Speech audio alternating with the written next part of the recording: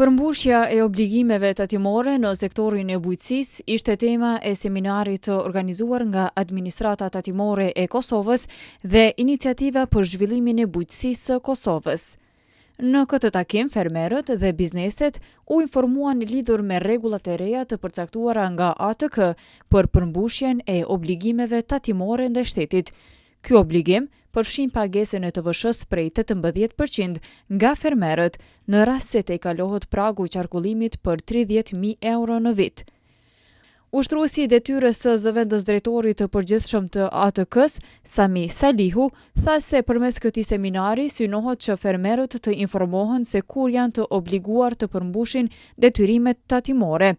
Ai shtoi se bizneset e vogla paguajnë tatim 3% ose 9% sipas llojit të veprimtarisë.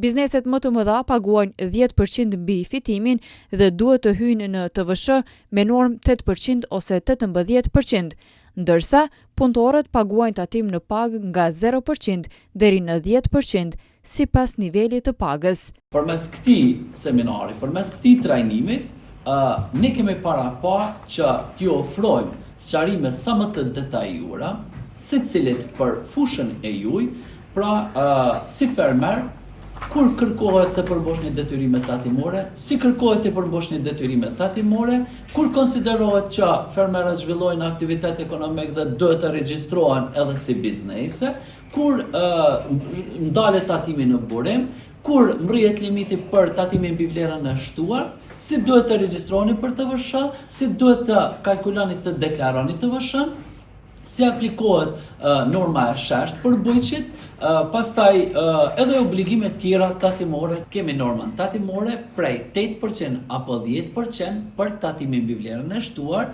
që këtë e kanë detyrim për ta ngarkuar në faturat e tyre, në kuponat e tyre, vetëm personat të cilët janë deklarues të TVSH-s dhe të cilat furnizime apo shitje janë furnizime pra shitje të madra apo të shërbimeve janë të tatueshme. Vetëm për ato aplikohen normat e tilla. Pra, qarkullimi është mbi 30.000 euro, që personat të cilët e mbrin këtë qarkullim duhet të regjistrohen për TVSH. Nëse fermerët apo personat e tillë konsiderohet që zhvillojnë aktivitet ekonomik, që i plotësojnë kriteret pra për me zhvilluar aktivitetin ekonomik, atëherë duhet patjetër të bëhet regjistrimi i biznesit në Agjencinë e Regjistrimit të Bizneseve në Kosovë. Ndërkaq drejtori ekzekutiv i Iniciativës për Zhvillimin e Bujqësisë së Kosovës, Zenel Bunjaku, bëri të ditur se organizata e tyre ka 4 propozime për qeverinë e re që do të vijë, përfshir largimin e TVSH-s për disa produkte bujqësore dhe rritjen e pragut të TVSH-s për fermerët që shesin produkte. Presim që përmirësimit bëhen sektorin e bujqësisë, duke përmirësuar edhe matutja aneksin 4 të TVSH-s, duke larguar nga TVSH-n për disa artikujve, siç e përmend edhe në prezantim, për shembull tek serrat, tek laktofrizat, tek rimorkjet, të cilat edhe me tutje kanë TVSH 18%. Tjetër ndryshimi i dytë që kishte më qenë, si ide që kemi ne, me rrit pragun e TVSH-s për fermerët të cilët shesin produkte bujqësore ose blegtorale, e cila për momentin është 30.000 euro.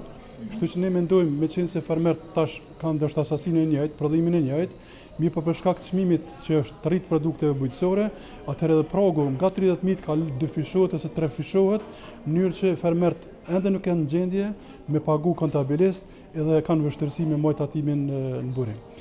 Problemi tjetër ose çështja e tretë që kishte më qenë, domthonë fermerët krahas normës së 8%, këtë normë të sheshtë të kenë mundësinë edhe në blerje.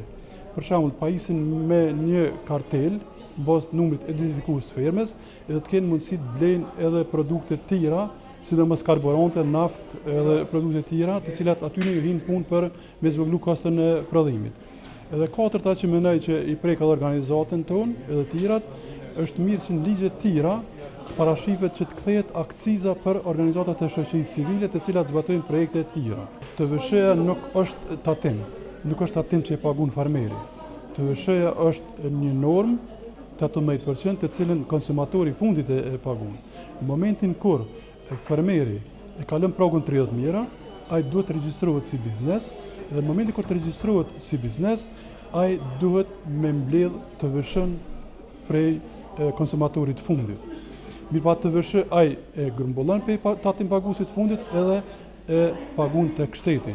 Nuk është obligim i fermerit, nuk është tatim i farmerit, mirë po është e mbledhur prej shitjeve që ndodh te konsumatori i fundit. Përfaqësuesi i shoqatës Agro Kovraga, Nazmi Blakaj, e sheh këtë nivel të tatimit si të papërballueshme për fermerët. Ky ditën që lëm pas, sot e keja ka fillu se farmerët t'ju bëj kontroll, ata farmerët që cilët e kanë kalu mbi 30.000 herë, dhe kështu që ne jemi në bisedime të vazhdueshme me ATK-n edhe me Ministrinë e Bujqësisë që këto tatime mos jenë për farmerët, për të qenë për bizneset që është jo e mirë, është papërballueshme. Nuk është 18%, por dikon hyp mbi 21%, se është çdo 3 muaj ditë është edhe 3% që i shtuar. Dhe kështu është për farmerë është e papërballueshme ky 18%, besoj që nuk do të ketë farmerë në Kosovë me këtë. Na nuk jemi njerëz që bizneset ndajnë, marketet ndajnë, nuk e bëjmë. Nuk blejmë shisel 4 herë me shit 5 herë, apo kafe këtu, po na prodhojmë për shembull 6 muaj ditë, shesin veç 1 muaj ditë. Tash si mund tatimohem na, shumë herë mallat tona nuk shiten hes. Iniciativa për sqarimin e shkallës tatimore për fermerët erdhi sepse disa fermerë në vitin 2025 u lajmëruan se do të tatimohen me 18% në momentin që ata të i kalojnë shifrën prej 30.000 euro shitje.